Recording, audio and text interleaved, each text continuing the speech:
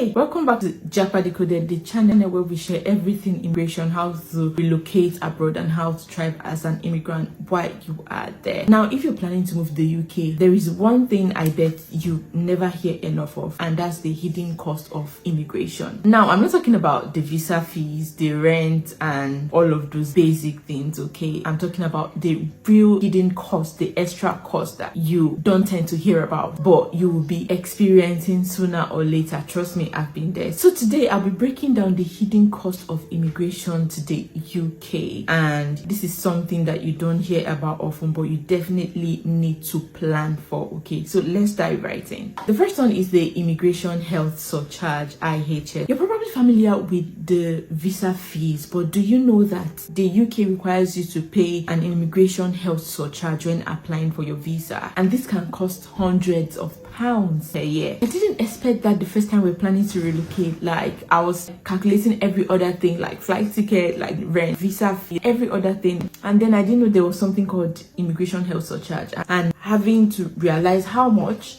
I was going to be paying for that in the first year for like our family, I was like beyond shocked. So you need to add that to your visa fee per the number of years that you're planning to stay. That's at the point of applying for the visa. So if you're planning to apply for, say, a 3 years visa, you need to multiply the immigration health surcharge fee by 3. And if you have like dependents or you have family, you need to multiply by the number of family that you have, okay? By like every family member. If you're a family of 3, for example, you're going to be staying for 3 years, you're going to be multiplying the IHS fees by 3, which is 3 years, and multiplying that amount by the number of family members that you have. To apply for a 3 years visa, you need to plan for something above £2,000 for your IHS fees and multiply that by the number of your family. So that's what I'm talking about. And it's not something that is a one-off payment. You pay for it, or you pay for it annually. Like, if you pay for it this year and you're planning to renew your visa next year, you need to pay for it again. You need to prepare ahead for that if you're planning to relocate to the UK. The next thing is housing deposit and upfront rent. So when you rent a place in the UK, you'll be expected to pay a deposit, which is usually equivalent to 1 month's rent or slightly higher. And don't even forget about the upfront rent that the landlord expects you to pay before you move in. So if you're moving to an apartment that is £800, for example, you'll be expected to pay the deposit, which might be around £800 or slightly higher, and then you'll be expected to pay the first month's rent before you move in. So that is going to add up to about £1,600 or more in the first month of your moving in. That's because you're paying for the first month's rent and also the deposit before you move in. And the deposit is usually held for you in sometimes deposit protection or held by your landlord. So in case anything goes wrong while you're living in the apartment, when you're moving out, they'll deduct the money for the repairs and everything from the deposit that they're holding and give you the balance. And in the case that nothing happened and they're satisfied with how you left the apartment, then the deposit can be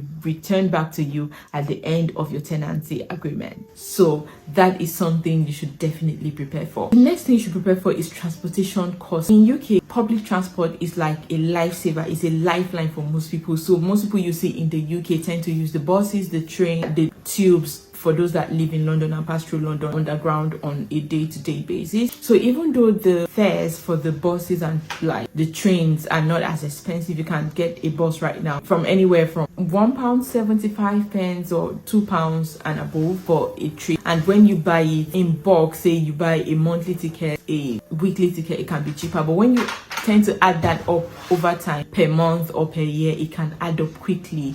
Okay, so it's something you definitely should prepare for, okay, especially in the first few months of moving to the UK and you've not started any money in pounds and you're going to be changing Nigerian currency or whatever country you're coming from to pounds. You know how much that can be, right? So even if your transport fare is going to be like £35 per month, convert that to your local currency and you know how much that will cost you per month. Okay, so it's something you should definitely save for and prepare yourself for before even moving to the UK. The next thing you should also prepare for is the hidden cost of setting up a home. So in the UK, there are certain kinds of accommodation you could get. One is furnished and the other one could be unfurnished apartment. So in the case where you get an unfurnished apartment, that means you need to buy basic things in the house, like furniture, fridges, microwave, oven, your cooking utensils, yes, and even your cupboard, your wardrobes, your cupboards in your kitchen, and your wardrobe, for example, to put your clothes in. And those things can add up to a few hundreds of pounds and even above £1,000, if you know what I mean. So it's something you should prepare for. Those little convenient items that you need for your basic life, day-to-day life in the house or in your home, could cost a fortune when you think about it in the first few months, and you need to convert from your local currency to pounds. So you definitely need to prepare for that. The next thing you need to prepare your mind for is bank fees and credit rating challenges. So the first time you move to the UK, if you're moving to the UK for the very first time, you will not have a good credit rating if you've not lived in the UK before. So there's something they call credit score, that they need to check your credit rating to see if they're able to give you loans, or if they're able to give you credit or give you some items on credit. So if you're moving to the UK for the first time, you will not have that. So it's really difficult for you to get credit cards. It's really difficult for you to get items on credit, where you tend to buy things brand new and pay for them gradually over a couple of months or years. Things like phones, things like cars, things like basic things that you need, okay? So you might need to pay for those things upfront. Prepare your mind to pay for those things in full, because you don't have a credit rating or good credit history to be able to pay for them gradually, or for them to give those things to you on credit. So the next thing you need to bear in mind for is healthcare and medications are not covered by the NHS. So I know you paid that immigration health surcharge, and it was really up there. Like, you paid so much for immigration health surcharge, and you'd be like, you get the first shocker maybe when you get to see a GP, and then you're prescribed some drugs, and then they're asking you to pay for it, and you'd be like, then what was covered in the NHS fees? I know, right? I know. Why the NHS is amazing and it's free, there are some hidden healthcare charges or costs which is not free, such as prescription. In England, I think you need to pay about £9 for prescription. Yeah, so you need to prepare your mind for that. And if you're on regular medication, that could add up very quickly. Another thing is international money transfer rates. If you're transferring money internationally, you could be hit by some certain exchange rate and transaction charges. Some companies can charge up to 5 to 10% of the transfer amount. So make sure to look for affordable options like Wise, like Remitly, like Sendwave, and I think Lemfi as well. Here you can look for all of those affordable options. So there you have it. Those are some of the hidden costs of immigration to the UK that no one tells you about. With smart budgeting, you do your research, you can plan that it won't throw you off guard, okay? Are there any ones that I have not mentioned? Do you know anyone? Drop them in the comment section,